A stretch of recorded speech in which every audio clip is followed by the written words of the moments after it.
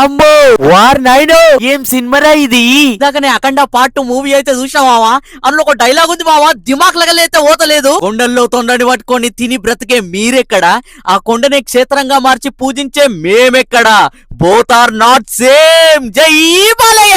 Movie యొక్క basic plot వచ్చేసి మన దేశ సరిహద్దుల మూలాలను దెబ్బకొట్టడానికి కొంతమంది అయితే ప్రయత్నిస్తారు. అలాంటి దుర్మార్గులకి మన భారతదేశంలో ఉన్న వాళ్ళే కొంతమంది అయితే సపోర్ట్ చేస్తారు. మరి వాళ్ళు ఎవరు? ఇందులో మన ఆది పినిశెట్టి విలన్ గా చేసిండు. ఆయన దుష్ట శక్తి బ్లాక్ మ్యాజిక్ తాంత్రికుల్లా కనిపిస్తుండ అనమాట. సో ఆయన ఎందుకు అలా మారిండు, ఎందుకు అలా చేస్తుండు, అసలు టెర్రరిస్టులు భారతదేశాన్ని ఎందుకు అటాక్ చేయాలనుకుంటారు, అదే కాకుండా మన ఇన్నోసెంట్ బాలకృష్ణ కూతుర్ని అఘోరా బాలకృష్ణ వచ్చి కాపాడా, ఇదంతా తెలుసుకోవాలంటే మీరు అఖండ 2 శివ తాండవం చూడాల్సిందే. మనం నిలబెట్టింది మాత్రం మూడు పిల్లర్లు మా.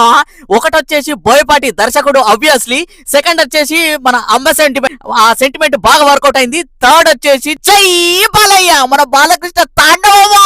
మూవీ స్టార్ట్ అవుడు తోటే కెమెరామ్యాన్ రెడీ బాబు, రోలింగ్ కెమెరా యాక్షన్ అని మన బోయన్న అనగానే నేను పోయినవావా, గాల్ల లేసిన సీట్ తోటి గాల్ల లేసిన నా ఆత్మ గాల్లో ఊగుతుంది.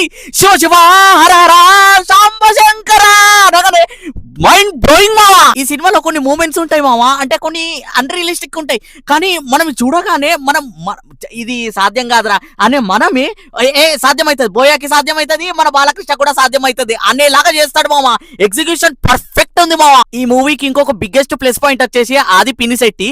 సో ఆయన ఆ గెటప్ లో ఆ వైబ్, ఆ అటైర్ మాత్రం నెక్స్ట్ లెవెల్ అనిపిస్తుంటా ఉంటది. ఆయన డైలాగులు చెప్తుంటా ఉంటే చాలా టెరఫిక్ గా, చాలా వైల్డ్ గా, అండ్ నోట్లకెళ్ళి ఏదో తాంత్రిక మంత్రాలు చెప్పుకుంటా, బ్లాక్ మ్యాజిక్ చేసుకుంటా, మనుషులని వసపరుచుకుంటా నెక్స్ట్ లెవెల్ అనిపిస్తుంది మామ ఆయన యాక్టింగ్ లెవెల్స్ మాత్రం. అఖండ పార్ట్ 1 అయిన అఖండ పార్ట్ 2 నాకైతే సిమిలర్ అనిపించింది. కాకపోతే అఖండ పార్ట్ 1 లో ఏదైతే వర్కౌట్ అయిందో సేమ్ థింగ్ ఇందులో రిపీట్ చేసిండ్రో. అమ్మ ప్రేమ మాత్రం ఫస్ట్ పార్ట్ కంటే సెకండ్ పార్ట్ లోనే ఆ బాలకృష్ణ, ఇద్దరు బాలకృష్ణలకి ప్రేమ వంచే ఆ క్యారెక్టర్, ఆ మదర్ పాత్ర పోషించిండ్రు. వర్ణనాదితం మామ నెక్స్ట్ లెవెల్ అనిపిస్తుంటాడు. అసలు ఇన్ఫాక్ట్ కథకి ప్రాణం పోచింది ఆ అమ్మ పాత్రనే మామ. ఈ మూవీలో కనిపించని ఇంకో శక్తి ఉంది మామ, ఆ శక్తి పేరే ఎస్ఎస్ తమన్. దీని అమ్మ జీవితం ఏం కొట్టిండు మామ, సౌండింగ్ మామూలుగా లేదు, స్పీకర్లు వలిగిపోయేటట్టు కొట్టిండు మామ, బీజేం అయితే దద్దరిల్లిపోయింది మామ థియేటర్ లో. ఇవన్నీ ఒక ఎత్తు అయితే బాలకృష్ణ మావా బాలకృష్ణ జై బాలయ్య. సనాతన హైందవ ధర్మం డైలాగ్ గాని, ఆ సర్జికల్ స్ట్రైక్ డైలాగ్ గాని, త్రిశూలం ని పట్టుకొని ఒక్కొక్కడిని నరుకుతాడు మామ, ఒక్కొక్కడిని కడుపులో గుచ్చి భూచక్రం లెక్క తిప్పుతాడు, ఇంకొకరిని డొక్కలో గుద్ది గాల్లో లేపుతాడు పూలకొండిలా. ఒకనొక సిచ్యువేషన్ లో మావా త్రిశూలం కేజీఎఫ్ గన్ల ఇరికిచ్చి అది తిరుక్కుంటూ పోతుంటాడు, కాల్చుకుంటూ పోతుంటాడు. అదే కాకుండా మన మెడకి త్రిశూలాన్ని తిప్పుకుంటూ అందరిని నరికించుకుంటూ పోతుంటా ఉంటాడు. జనాలు అంతా బ్యాక్ అయిపోతారు మావా. ఇంకో సీన్ ఉంటది మావా, అది బోయాకి బాలకృష్ణకి మాత్రమే సాధ్యమయ్యే సీను. త్రిశూలాన్ని తీసుకొని బండకేసుకొని కొడతాడు, అది రివర్స్ లో బౌన్స్ బ్యాక్ అయ్యి ఇంకొకటికి గుచ్చుకుంటది మావా.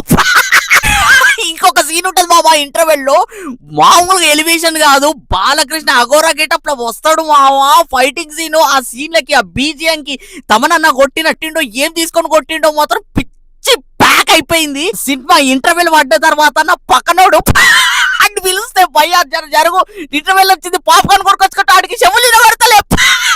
Cinematography was too good, production values అయితే చాలా రిచ్ గా అనిపించినాయి. ఇన్ఫాక్ట్ విఎఫ్ఎక్స్ అయితే కొన్ని షార్ట్స్ లో అయితే మార్వెల్ సంస్థకు సంబంధించిన విఎఫ్ఎక్స్ షార్ట్స్ లెక్క అనిపించినాయి కొన్ని క్యారెక్టర్స్. ఓవరాల్ గా సినిమా చూసి థియేటర్ కి వెళ్ళి బయటకు వచ్చేటప్పటికి ఇట్స్ అ కంప్లీట్ పైసా వసూల్ ఫిలిం అని మాత్రం నాకు అనిపించింది. So highly recommendable movie. ఈ వీకెండ్ కి చిన్న పిల్లల నుంచి పెద్ద వ్యక్తుల వరకు సినిమా చూసి థియేటర్ లో ఎంజాయ్ చేసి బయటకు వచ్చేసి జై బాలయ్య అని అనుకోండి.